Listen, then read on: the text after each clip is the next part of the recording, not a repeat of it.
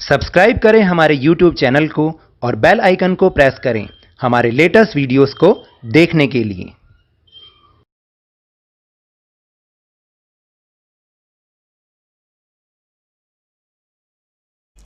Hello and welcome to Lavneesh sir की class. आज की ये शिक्षा निदेशालय राष्ट्रीय राजधानी क्षेत्र दिल्ली की वर्कशीट नंबर 13 जो कि क्लास 6 के स्टूडेंट्स के लिए है, यह ली गई है विज्ञान विषय से। और इसमें आज हम जिस पाठ की बात कर रहे हैं वह तो है पौधों को जानिए। और इस पाठ के अंतर्गत जिस भाग की हम बात करेंगे वो पौधे का बहुत ही सुंदर और कोमल भाग होता है। जानते हैं कौन सा भाग? वह है फूल। बहुत ही सुंदर फूल सभी को प्यारे लगते हैं। तो आज इस वर्कशीट में हम फूलों की चर्चा करेंगे, यानी फूल के क्या भाग होते हैं, कितने भाग होते हैं, उसके अंदर कौन कौन से जो है अंदर के अंदरूनी भाग होते हैं जिनसे परागण होता है, फिर वो आगे कैसे खिलते हैं, इस पूरी प्रक्रिया के बारे में आज हम बात करेंगे। तो चलिए शुरुआत करते हैं मेरे साथ और समझने की कोशिश करते हैं। लेकिन शुरुआत करने से पहले एक ज़रूरी सूचना कि इस सप्ताह की ये आखिरी वर्कशीट है। शनिवार को आपको वर्कशीट नहीं मिलेगी क्योंकि दीपावली के लिए अवकाश है। तो आप सभी को मेरी तरफ से दीपावली की बहुत बहुत शुभकामनाएं। तो चलिए शुरुआत करते हैं। फूल पौधे का सबसे खूबसूरत और रंगीन भाग है। यह तने या शाखा से एक छोटे से डंठल की सहायता से जुड़ा हुआ होता है। तो फूल तो आप सभी ने देखा है ना, बिल्कुल ऐसा ही होता है या नहीं होता? एक फूल के डंठल के आधार से ऊपर की ओर 4 चक्कर होते हैं। एक फूल में बाह्य दल, पंखुड़ी, पुंकेसर और स्त्री केसर होते हैं। तो यहाँ पर एक तस्वीर भी दिखा रखी है, अगर आप ध्यान से देखें, और इसमें फूल के विभिन्न भागों को, विभिन्न अंगों को दर्शाया गया है। तो जैसे मैंने आपको बताया, ये है बाह्य दल, ये पंखुड़ी होती हैं, ये इसके तंतु होते हैं, यहाँ पे परागकोश होता है, वर्तिकाग्र होता है, वर्तिका होती है, और स्त्री केसर और पुंकेसर यहाँ अंडाशय। देखिए इसमें भी ये जो हमने पुंकेसर और स्त्री केसर 2 नाम लिए हैं, ये इस फूल के प्रजनन अंग होते हैं। यानी इन दोनों से मिलकर फिर नए बीजों का निर्माण होता है, और ये बीज जब मिट्टी में गिरते हैं या पौधे से इनसे और फूल उगते हैं और नए नए फूल उगते हैं। तो मैंने जो समझाया वो समझ में आया ना? 4 मुख्य भाग होते हैं, बाह्य दल, पंखुड़ी, पुंकेसर और स्त्री केसर। तो ये जो अब हम इसके बारे में हम आगे और डिटेल में भी पढ़ेंगे कि ये चारों अंग कैसे कैसे होते हैं, किस कलर के होते हैं, क्या होते हैं, उसके बारे में अब हम समझेंगे। तो देखिए यहाँ दिखाया भी गया है बाह्य दल। बाह्य दल हरी पत्ती जैसी संरचना होती है, जैसा कि यहाँ पर आपको दिखाया हुआ है, जो कली की रक्षा करते हैं। यानी जब फूल नहीं होता, वो कली होती है, तो उसकी वो रक्षा करते हैं। ये एक फूल का सबसे बाहरी भाग होता है। उसके बाद अब हम बात करते हैं पंखुड़ी, जो कि फूल का सबसे रंगीन भाग है। ये खुशबूदार होते हैं, ये परागण के लिए कीटों को आकर्षित करते हैं, और ये दूसरा बाह्य चक्र भी बनाते हैं। यानी इन सब के बीच में 2 महत्वपूर्ण अंग होते हैं जिनके बारे में अब हम चर्चा करेंगे। एक भाग होता है स्त्री केसर, यानी फूल का मादा जनन अंग। इसमें अंडाशय, वर्तिका तथा वर्तिकाग्र होते हैं।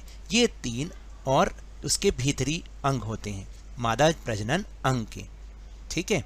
और एक होता है पुंकेसर, फूल के नर जनन अंग है। प्रत्येक पुंकेसर में एक डंठल होता है जिसे हम तंतु कहते हैं, और इसके ऊपर थैलेनुमा संरचना परागकोश होता है जिसमें परागकण होते हैं। देखिए ये तो हो गया, इसको हम डंठल को बोलते हैं तंतु। हर पुंकेसर में ये होता है, और इसके ऊपर ये थैलेनुमा एक पार्ट होता है जिसको हम परागकोश कहते हैं, और इसके अंदर छोटे छोटे परागकण होते हैं।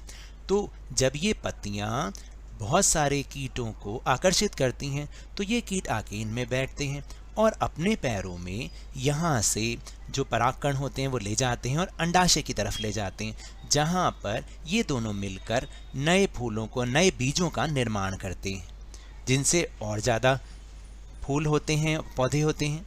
तो अब आप समझे कि ये चारों अंग कौन कौन से होते हैं। अब हम समझते हैं कि फूलों के कार्य क्या होते हैं। फूलों के कार्य, सबसे पहला कार्य है कि फूल पौधे का जनन अंग है, यानी जो फूल होता है वो पौधों को, जो पौधों का जनन अंग, यानी उसमें से और ज़्यादा फूल और ज़्यादा बीज बनते हैं पौधे के। दूसरा है, इसमें रंगीन पंखुड़ियाँ होती हैं जो कि कीटों को आकर्षित करती हैं और परागण में मदद करती हैं। फिर तीसरा है, परागण के पश्चात फूल बीज उत्पन्न करता है जो कि और वो मिट्टी में ही गिरते जाते हैं, जिनसे और नए पौधे उगने लग जाते हैं। तो अब आपको समझ में आया ना कि देखिए फूल के अंदर क्या क्या भाग होते हैं, कैसा इस प्रकृति ने इस चीज़ को बनाया है। तो अब जब भी हम एक फूल हाथ में लेके देखेंगे तो इन जो भागों की पहचान करके देखेंगे कि इसमें बाह्य दल कौन सा है, पंखुड़ी कौन सी है, स्त्री केसर और पुंकेसर कौन सा है। तो दोनों की पहचान भी मैंने आपको बताई है। फिर अब एक गतिविधि करनी है। अपने आसपास से दो अलग अलग फूल लीजिए और इसकी बाह्य दलों और पंखुड़ियों का निरीक्षण करिए। फिर ऊपर दिखाए गए चित्र की सहायता से इसके पुंकेसर को पहचानने का प्रयास कीजिए। धीरे धीरे फूलों से पंखुड़ियों और पुंकेसर को हटा दीजिए ताकि आप स्त्री केसर या पिस्टिल को स्पष्ट रूप से देख सकें। जो स्त्री केसर होता है ना, जिस अंग को हम स्त्री केसर कह रहे हैं, उसको हम पिस्टिल भी बोलते हैं।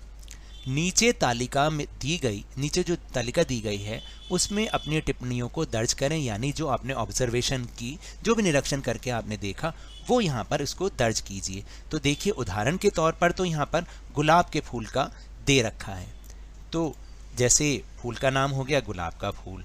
फिर इसमें बाह्य दल की संख्या और रंग यहाँ पर उल्टा कर दिया गया है, ये इन्फॉर्मेशन इसकी है और ये इन्फॉर्मेशन इसकी है, यहाँ पर मिसप्रिंट हो रखा है। तो बाह्य दल की संख्या और रंग, यहाँ पर इसमें बाह्य दल जो है वो 5 होते हैं और वो हरे रंग का होता है, और पंखुड़ी की संख्या तो बहुत अधिक होती है और गुलाबी या लाल होती है। फिर क्या बाह्य दल और पंखुड़ियाँ जुड़े हुए हैं या अलग? तो इसने बताया हुआ है कि वो अलग होते हैं। उसके बाद है पुंकेसर स्वतंत्र अथवा पंखुड़ी से जुड़े हुए होते हैं, तो इसने बताया कि वो स्वतंत्र होते हैं। फिर आगे स्त्री केसर इसमें उपस्थित होता है या अनुपस्थित? उपस्थित होता है। तो फिर हम भी आपको एक उदाहरण यहाँ पे समझा रहे हैं। आप चाहें तो यहाँ पर किसी दूसरे फूल के बारे में भी इंफॉर्मेशन भर सकते हैं, जैसे कमल का फूल। इसमें बाह्य दल की संख्या और रंग, बाह्य दल 5 होते हैं और उनका रंग जो है वो हरा होता है। फिर पंखुड़ियों की संख्या इसमें 10 से 20 होती है और गुलाबी रंग की होती हैं। फिर क्या बाह्य दल और पंखुड़ियाँ जुड़े हुए हैं अथवा अलग हैं? तो वो जुड़े हुए होते हैं। पुंकेसर स्वतंत्र अथवा पंखुड़ी से जुड़े होते हैं, तो वो पंखुड़ी से जुड़े हुए होते हैं। और स्त्री केसर उपस्थित या अनुपस्थित? उपस्थित होते हैं। तो इस तरीके से आपको इस तालिका को भरना है। आप चाहें तो इसमें दूसरे किसी फूल के बारे में भी अपनी जो भी टिप्पणी है उसको दर्ज कर सकते हैं। तो अब हम निम्नलिखित प्रश्नों के उत्तर देने का प्रयास करेंगे। जैसे पहला प्रश्न है कि एक पौधे के प्रजनन अंग का नाम बताइए। तो पौधे का प्रजनन अंग कौन सा होता है? फूल होता है। दूसरा प्रश्न है कि फूल के किस भाग में पुंकेसर और परागकोश उपस्थित होते हैं? तो इसका उत्तर है नर जनन अंग में ये दोनों ही उपस्थित होते हैं। फिर तीसरा प्रश्न है कि पौधे का कौन सा भाग परागण में मदद करता है? तो रंगीन पंखुड़ियाँ जो कि कीटों को आकर्षित करती हैं, और वर्तिकाग्र जिनसे परागण में सहायता मिलती है। फिर चौथा प्रश्न है कि एक फूल के नर और मादा प्रजनन अंग का नाम बताइए। तो जो नर प्रजनन अंग है उसका नाम होता है पुंकेसर और जो मादा प्रजनन अंग है उसका नाम होता है स्त्री केसर। फिर पांचवा प्रश्न है कि इस चित्र को पहचानिए। तो देखिए चित्र में जो भाग बना हुआ है उसको हम स्त्री केसर कहते हैं। तो ये तो थी आज की वर्कशीट। अगर मेरे इस तरह समझाने से आपको थोड़ा सा भी समझ में आया हो तो इस चैनल को ज़्यादा से ज़्यादा सब्सक्राइब कीजिए, लाइक कीजिए और बहुत ज़्यादा शेयर भी कीजिए। और हाँ, मेरे साथ इसी तरह वर्कशीट को समझते रहिए, लेकिन ध्यान और मन लगाकर पूरी मेहनत और लगन के साथ पढ़ते रहिए। और अगर आपको कोरोना वायरस से बचना है ना, तो मास्क जरूर पहन के रखिए, क्योंकि जब तक दवाई नहीं तब तक कोई ढिलाई नहीं। धन्यवाद।